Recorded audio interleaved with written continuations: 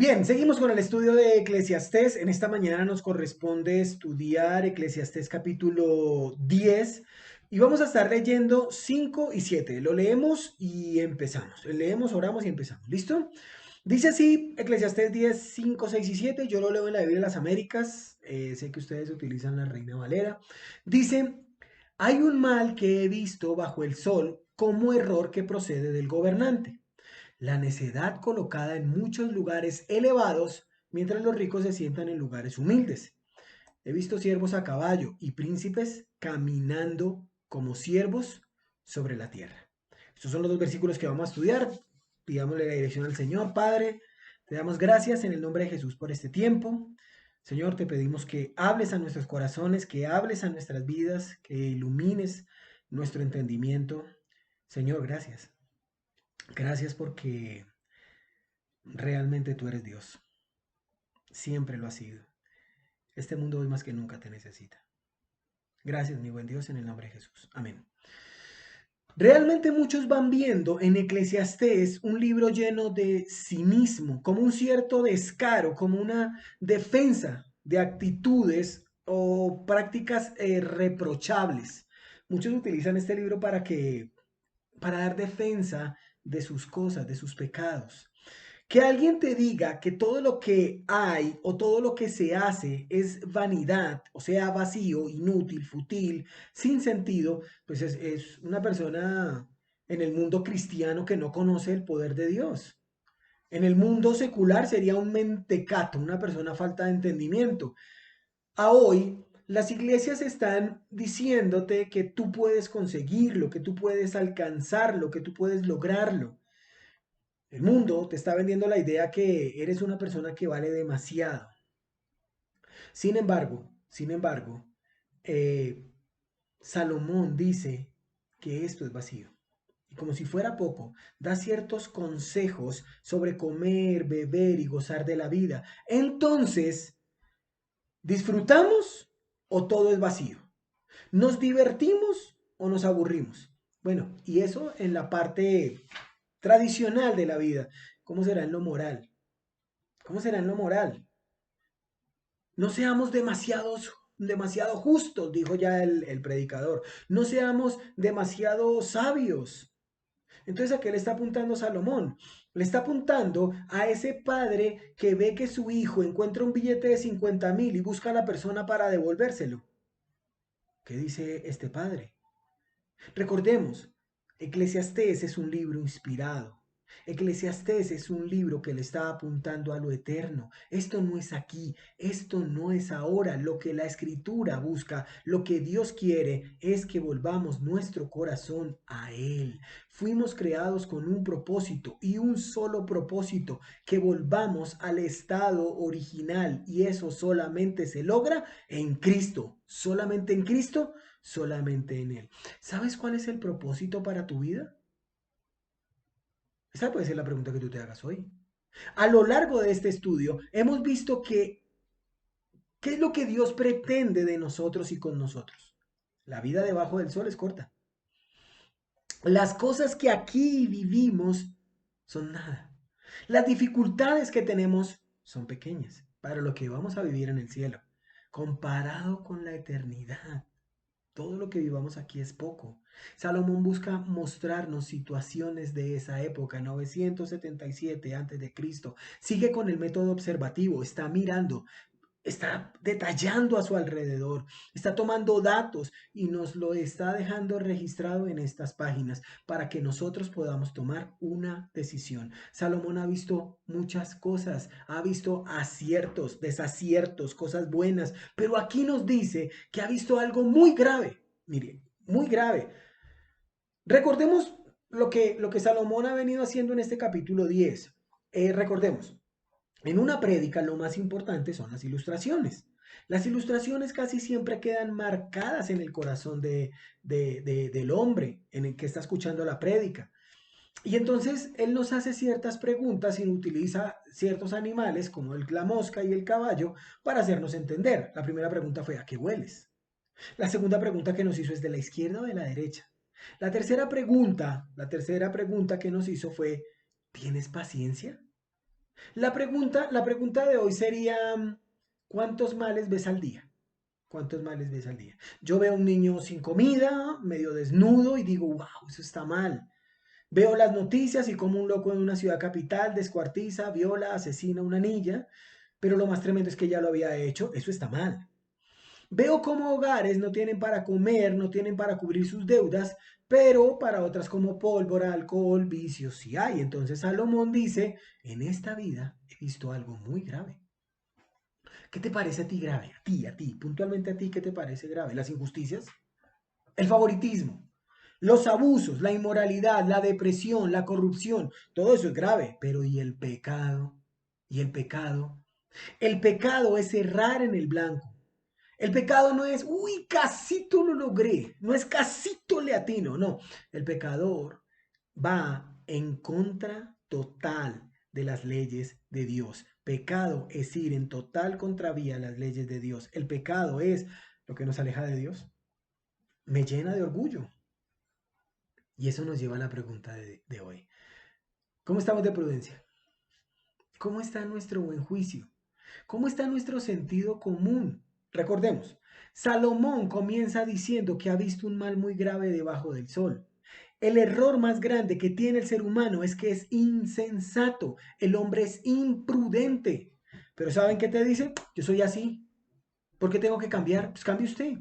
El ser humano siempre actúa insensatamente, juzga irresponsablemente. Lo que nosotros diríamos es que tú estás actuando a la ligera. Y el Señor nos advierte que no juzguemos a la ligera. Mira lo que dice Juan capítulo 7, versículo 24. Juan 7, 24. Juan 7, 24 dice, no juzguéis según las apariencias, sino juzgad con justo juicio.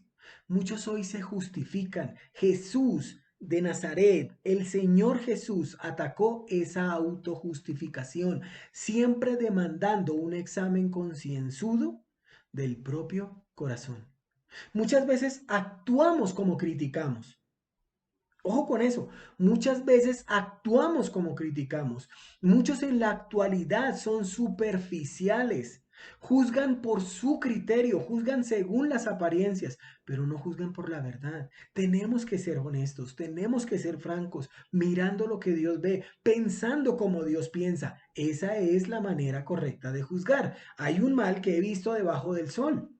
Y lo que Salomón está diciendo es, hay algo más que he visto en esta vida y que no es justo. Hay algo más de todo lo que ya se ha reflexionado. Hay algo más de todo lo que ya se ha hablado. Hay algo más y no es justo. Pero no es lo que tú y yo pensamos como justo.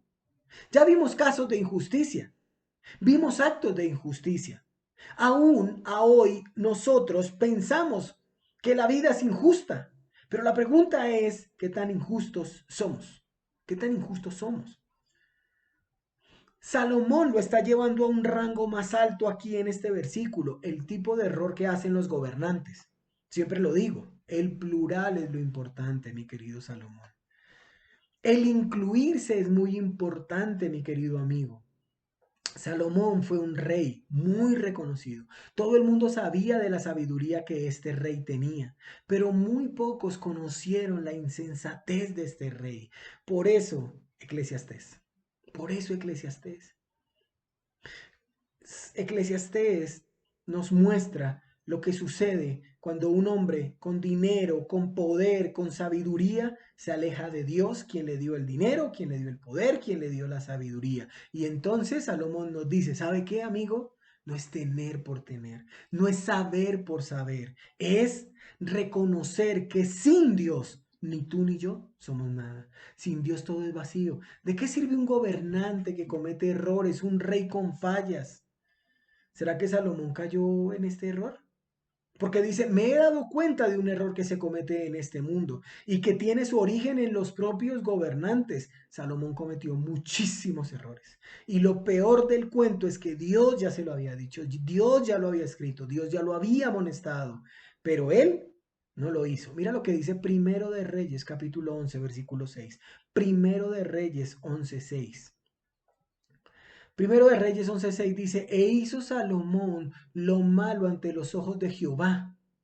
y no siguió cumplidamente a Jehová como David su padre. Lo que hizo Salomón fue pecar contra Dios, contra su palabra. Salomón sabía que hay un grave mal bajo el sol y tiene su origen en los gobernantes. Él fue gobernante. ¿Acaso no tenía la sabiduría de Dios? ¿Acaso puede el hombre minimizar la sabiduría de Dios? ¿Puede el hombre ser tan necio que ignore a Dios y crea que Dios está con él? Todo eso le pasó a Salomón. Minimizó la sabiduría. Pero cuando tú minimizas algo, hay algo que crece. Creció en necedad. Salomón al minimizar la sabiduría creció en necedad. Salomón al observar este mundo ignoró a Dios. ¿Algo más? Esa es la enseñanza para nosotros. Hay un grave mal que se origina. El mal es el pecado, en quien se origina es en el hombre. Por eso toma malas decisiones. Por eso tú y yo tomamos malas decisiones. ¿Cuál es ese mal? La necedad. Es la palabra con la que sigue, necedad. Lo que dice un necio, lo que hace un necio. Ese es el tema que viene tratando, izquierda o derecha, sabio o necio. Lo que hacemos nota lo que somos. Ojo con eso, lo que tú haces demuestra lo que tú eres. Una pequeña tontería muestra cómo actuamos. Una palabra necia muestra quiénes somos y de qué estamos hechos. ¿Cuál es la necesidad del gobernante? Y de aquí en adelante me gusta mucho porque Salomón va a empezar a ilustrar con ejemplos. Pero, ¿qué ejemplos tan maravillosos? Son ejemplos de honestidad. Recordemos, todo lo que el hombre ve debajo del sol, bueno, ¿cómo lo vería Dios? ¿Cómo lo ve Dios? Esa es la pregunta que debemos hacernos. ¿Será que Dios sí está viendo como yo veo las cosas? ¿Será que yo veo las cosas como Dios las ve? Empieza diciendo que la necedad colocada en muchos lugares elevados, mientras los ricos se sientan en lugares humildes. Eso es lo que viene diciendo. Eso es lo que viene diciendo. La necedad colocada en muchos lugares elevados. Los ricos en lugares humildes se sientan. Ejemplos. Muchas veces la realidad de nuestra sociedad nos permite ver personas necias. Miren, voy a poner un ejemplo.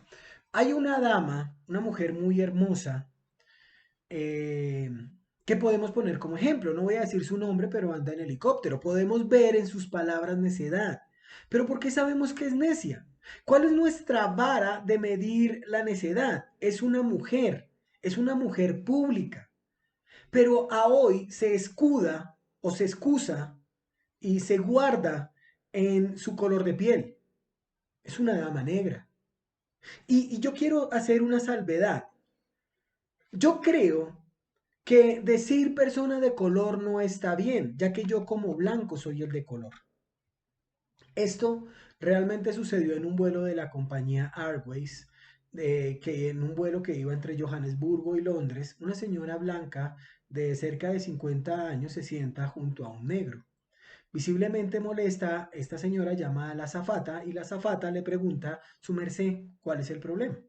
La señora le señala al hombre negro y le dice, ¿no ve cuál es el problema?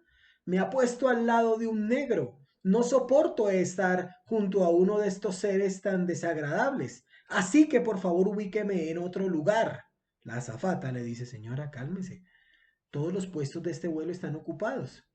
Pero iré a ver si de pronto hay algún asiento libre. La azafata se aleja, retorna después de unos minutos. Señora, perdóneme, tal cual como lo pensaba, no hay ningún puesto libre en clase económica.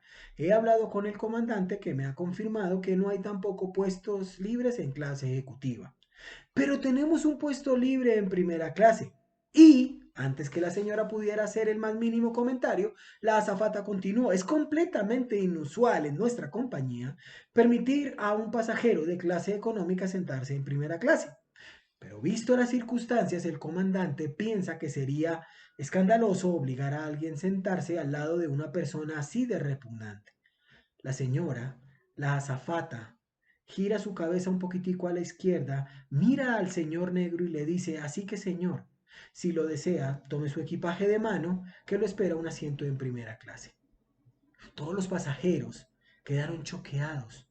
al ver esta escena. Se levantaron y empezaron a aplaudir. Estas son las palabras de un hombre negro. Queridos hermanos blancos, cuando nací era negro, cuando crecí era negro, cuando voy al sol soy negro, cuando tengo miedo soy negro, cuando estoy enfermo soy negro, cuando muera seré negro. Mientras tú, hombre blanco, cuando naciste eras rosado, cuando creciste eras blanco, cuando tomaste el sol te pones rojo, cuando hace frío te pones azul, cuando tienes miedo te pones verde, cuando estás enfermo te pones amarillo, cuando mueras serás gris y después de todo esto eres tan cara dura de llamarme hombre de color. No estamos hablando de color de piel. No estamos buscando eso. Salomón no le apunta a eso. Salomón está hablando de insensatez que se mira en los gobernantes. Este es el error. Esto es lo grave. Aquí está la ilustración. Sin embargo, ¿cuál es nuestra vara de medir? ¿Qué nos permite decir que fulano es necio? Y mira, antes de continuar, Mateo capítulo 7, versículo 5, Mateo 7, 5 dice, hipócrita, saca primero la viga de tu propio ojo y entonces verás bien para sacar la paja del ojo de tu hermano. Aquella persona que manifiesta aquello que no es. ¿Recordamos la frase diabólica del necio? No diré nada, pero ¿habrán señales? Esa persona que se obligó a sí misma a sostener aquello que comenzó, a imitar una vida desordenada, pero que lo vemos parado, muy elegante, muy formal, aparentando lo que no tiene, llevando una vida personal destruida o una vida familiar acabada.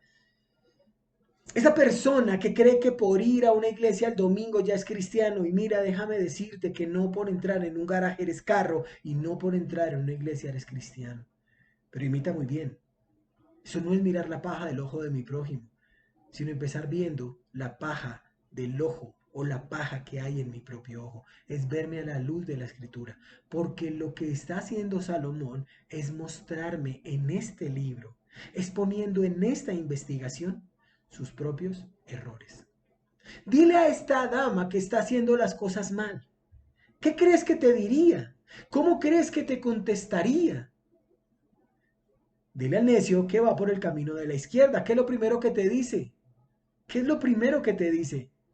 No importa que vaya a la ruina, no importa que vaya al fracaso, no importa que vaya a caer. ¿Sabes qué te dicen? Voy a aprender de mis errores. ¿Sabes qué te está diciendo Salomón? No, no aprendas de tus errores, aprende de los míos. Yo caí en ellos. Por eso hice esta investigación. Por eso hice esta prédica. Necesito que no caigas en lo que yo caí, necesito que no falles donde yo fallé. Somos muy buenos para ver los pecados de los demás, pero ¿y los nuestros? Sí, es cierto, ella es arrogante. Es cierto, es soberbia, es altiva, es insolente, pero ¿qué de nosotros? ¿Qué de nosotros cuando hacemos por lo menos sí? Es verdad, sí.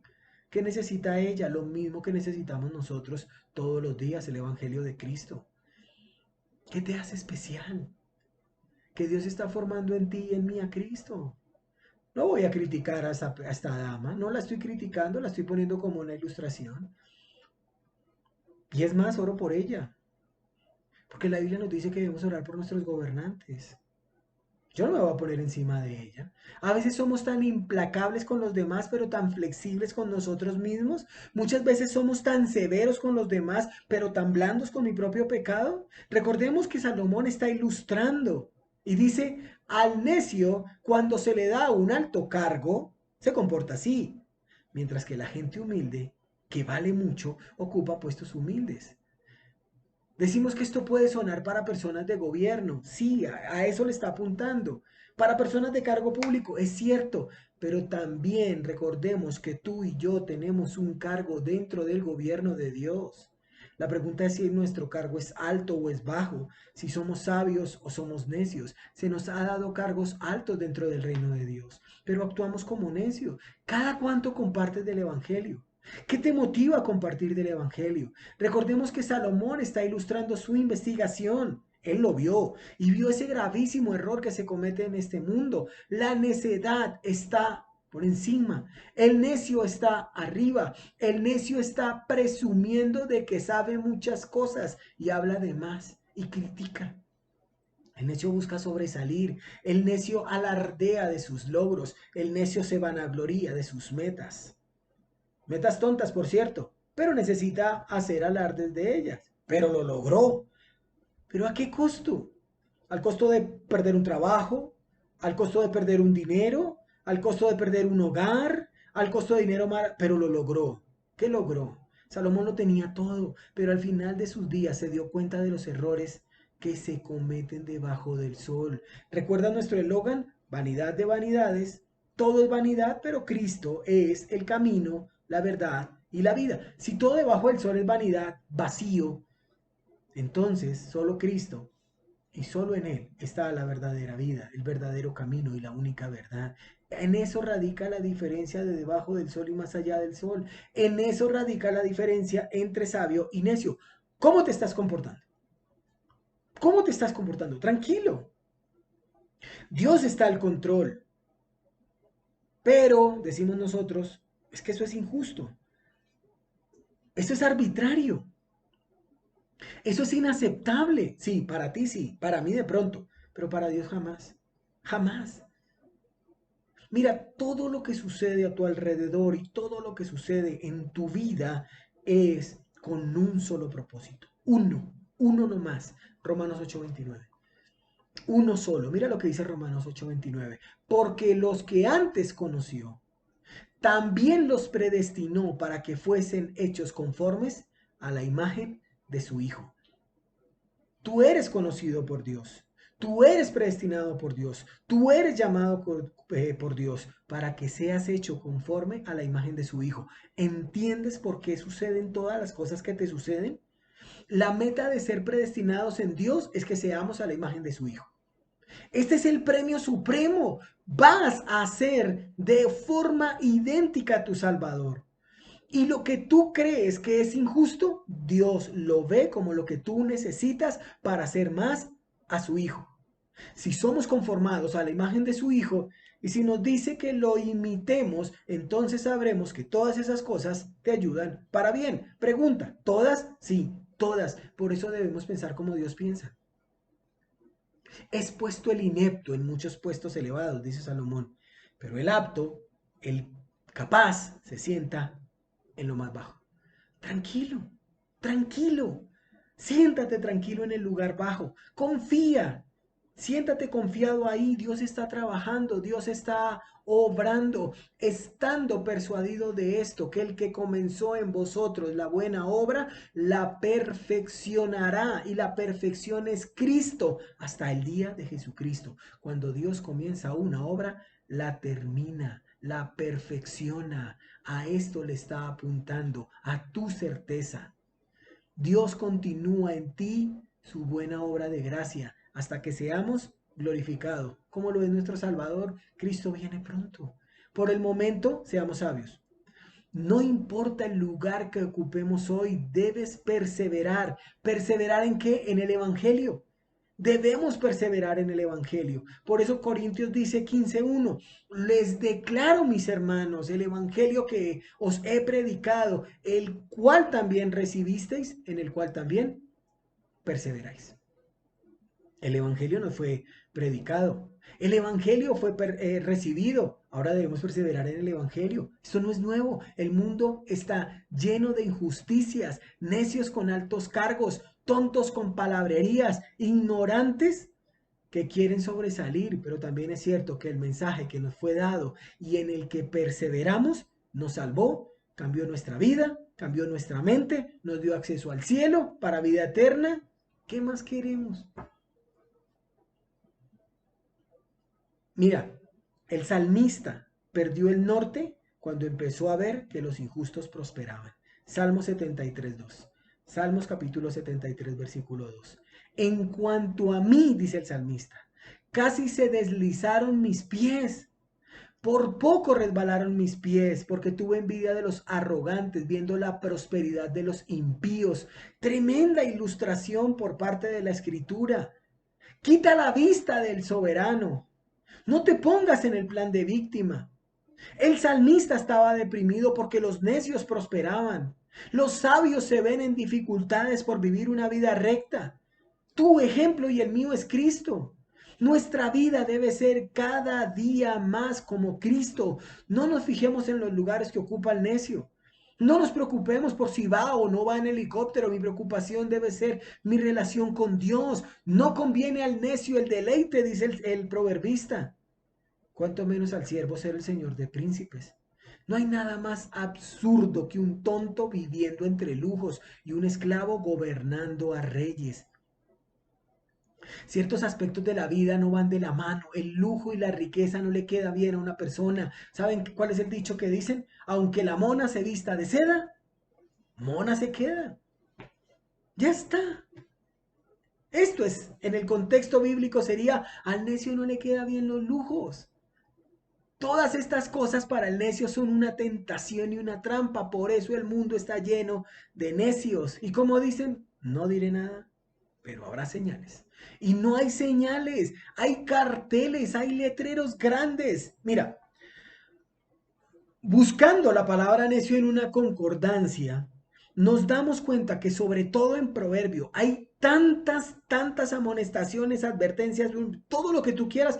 Mira, yo lo voy a decir y después tú lo buscas. Proverbios 10:8 dice, el necio de labios caerá. El necio de labios. Proverbios 10:14, la boca del necio es calamidad. Si yo voy a Proverbios 12, dice el 15, el necio cree que lo que está haciendo está bien. Y luego más abajo dice, el necio se enfurece fácilmente. Ya están las señales, están establecidas en la escritura. Salomón está ilustrando la necedad y la sabiduría.